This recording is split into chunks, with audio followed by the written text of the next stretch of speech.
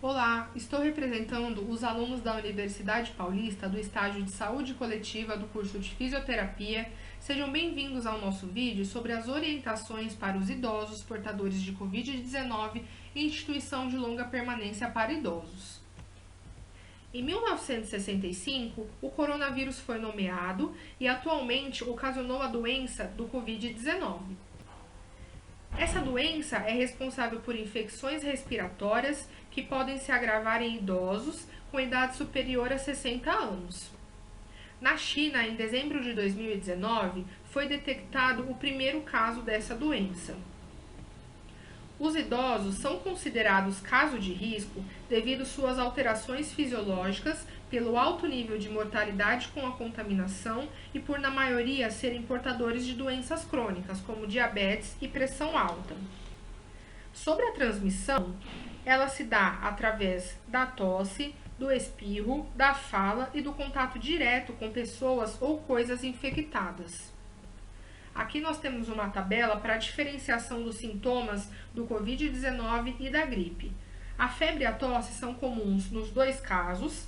As dores no corpo às vezes podem acontecer no Covid-19 e no caso da gripe já são comuns. A falta de ar às vezes pode acontecer no Covid-19, sendo raro na gripe. O nariz entupido, raro para o Covid-19 e às vezes ocorre na gripe. Já a dor de cabeça às vezes ocorre no Covid-19, no caso da gripe já é comum de acontecer. Ainda falando sobre os sinais e sintomas, segundo a Organização Mundial da Saúde, 80% dos pacientes vão ter sintomas leves, 20% deles vão precisar de atendimento médico e 5% podem necessitar de UTI, que são os casos mais graves, os sintomas mais graves. Sobre o atendimento médico, se o paciente apresentar sintomas leves, ele deve procurar atenção básica de saúde. Se os sintomas se agravarem e ele apresentar desconforto respiratório, ele deve procurar um hospital de referência da sua cidade.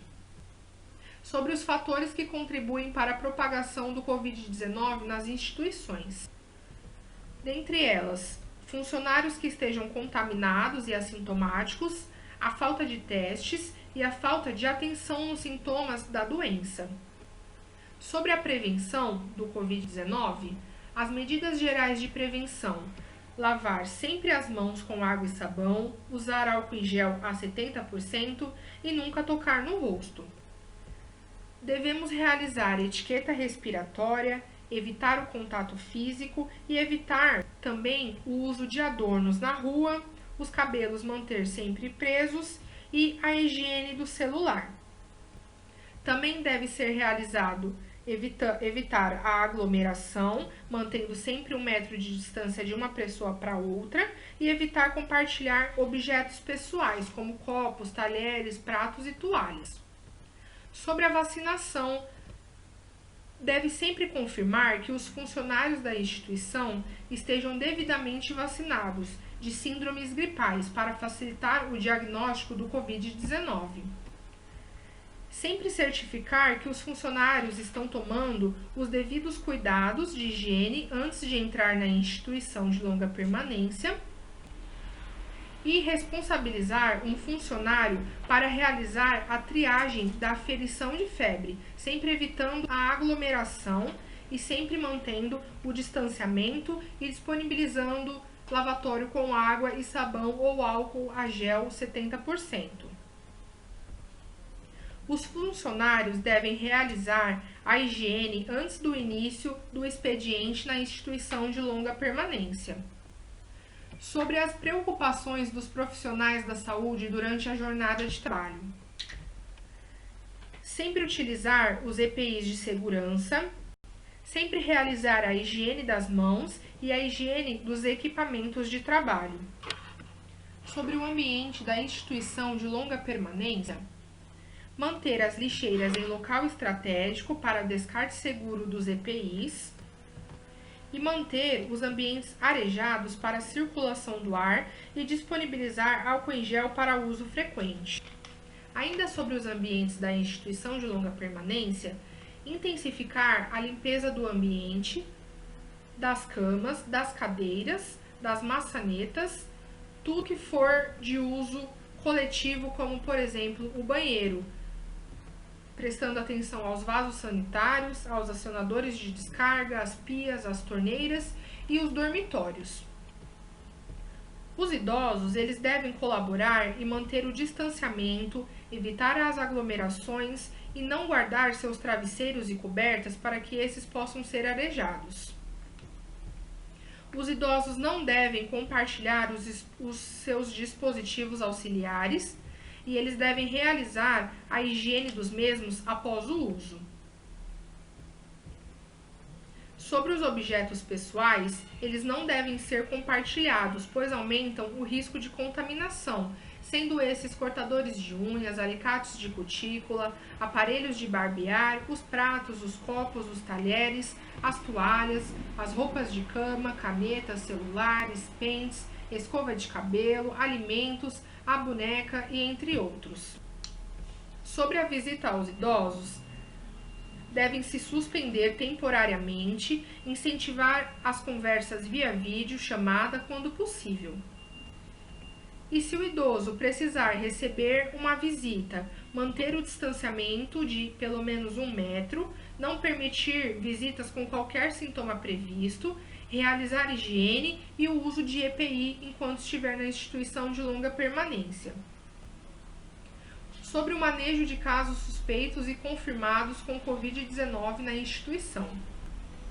Os profissionais de saúde devem fazer utilização dos EPIs constantemente, como óculos de proteção, máscara cirúrgica, luva descartável, avental de manga longa impermeável e selecionar um grupo de profissionais para atender exclusivamente os casos de Covid-19.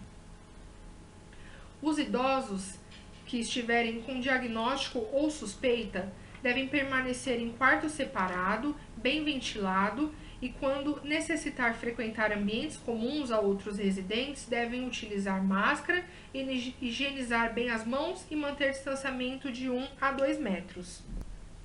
As medidas para prevenir a propagação do vírus para o ambiente externo.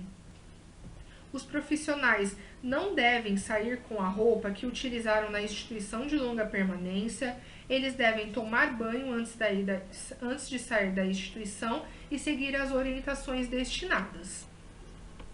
As intervenções fisioterapêuticas nas instituições. A fisioterapia tem como objetivo o combate de complicações respiratórias, o tratamento do sistema músculo-esquelético e circulatório, incentivar sempre o paciente a ter hábitos saudáveis e fazer atividade física. A fisioterapia respiratória faz exercícios simples e eficazes, voltados para o aumento ventilatório do paciente, exercícios inspiratórios em tempos, manobras de higiene brônquica, o huff, a tapotagem e manobras associadas com posicionamento na cama. A fisioterapia motora tem como objetivo a manutenção do músculo esquelético, exercícios de fortalecimento, exercícios metabólicos, os alongamentos e as mobilizações globais. A fisioterapia em pacientes restritos realiza exercícios respiratórios com técnicas de expansão pulmonar, manobras de higiene brônquica, mudanças de decúbito, exercícios metabólicos e exercícios motores.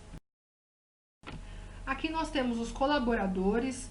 O roteiro foi feito por Aline, Brenda, Karen e Paulo. A pesquisa por Michel, Micaele, Noelle, Paola e Valber.